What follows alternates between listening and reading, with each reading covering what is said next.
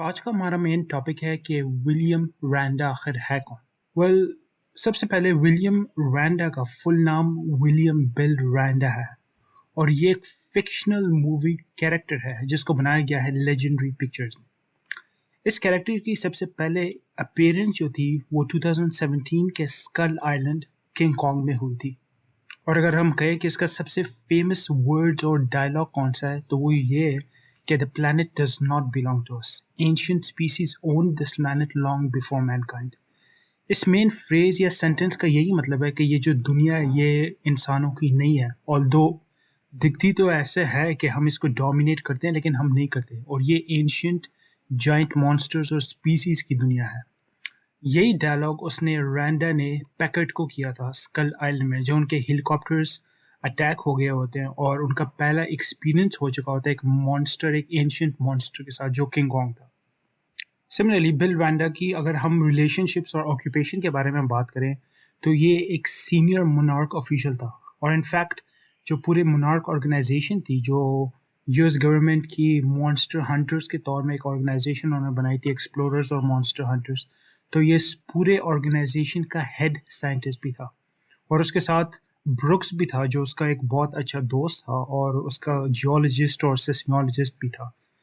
तो जो उनकी टीम थी वो बिल रैंडा और ह्यूस्टन ब्रुक्स की मेन साइंटिफिक टीम थी पूरे स्कल आइलैंड में। सिमिलरली अगर हम बिल रैंडा की पर्सनैलिटी के बारे में बात करें तो हम कह सकते हैं कि बिल रैंडा एक बहुत ज़िद्दी और एक बहुत स्टबर्ननेस से भरा हुआ इंसान था, जो किसी भी हालत में जितने भी डिफ़िकल्टीज़ हो, लेकिन जितना भी रिस्की हो, लेकिन उसने किसी भी हालत में ये एक्सपीडिशन को कैरी आउट करना था स्कल आइलैंड की तरफ, किसी भी हालत में। एक बहुत स्टबर्न इंसान हम इसको कह सकते हैं।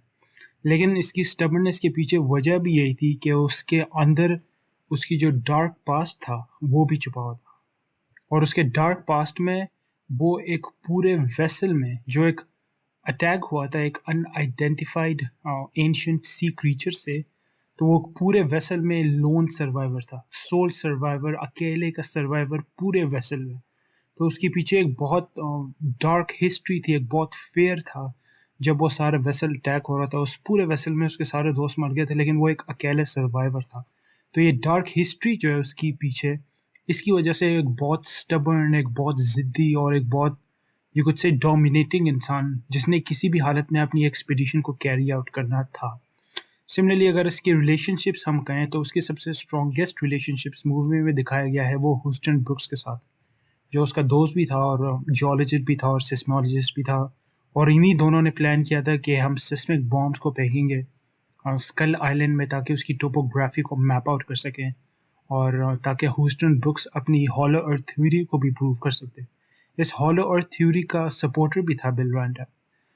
एंड इसके बाद अगर हम इसकी हिस्ट्री को देखें और इसके पीछे पास्ट को देखें तो ये वर्ल्ड वॉर 2 में मुख्तलिफ़ किस्म के कंट्रीज़ में, इटली में और नॉर्थ अफ्रीका में डिप्लॉय हुआ था यूएस गवर्नमेंट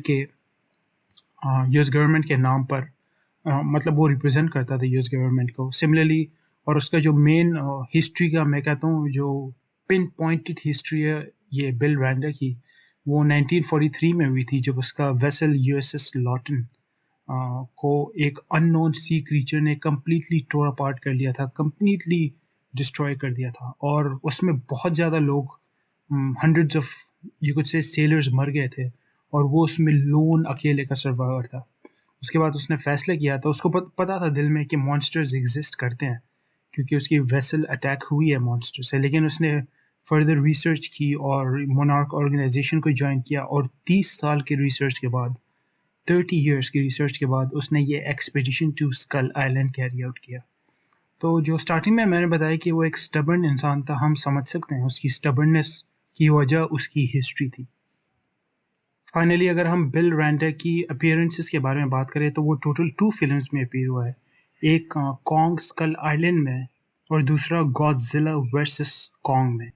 और फाइनली और सैडली अगर हम इनकी डेथ और स्टेटस के बारे में बात करें तो ही इज़ कंसिडर्ड डिसीज्ड, मतलब वो मर गया है, और उसकी जो मौत की वजह थी वो एक स्कल कॉलर ही थी स्कल आइलैंड में, राइट। सो एक स्कल कॉलर के हाथों ही वो मर गया होता है, तो उसका ऑफिशियल स्टेटस जो है वो डिसीज्ड है।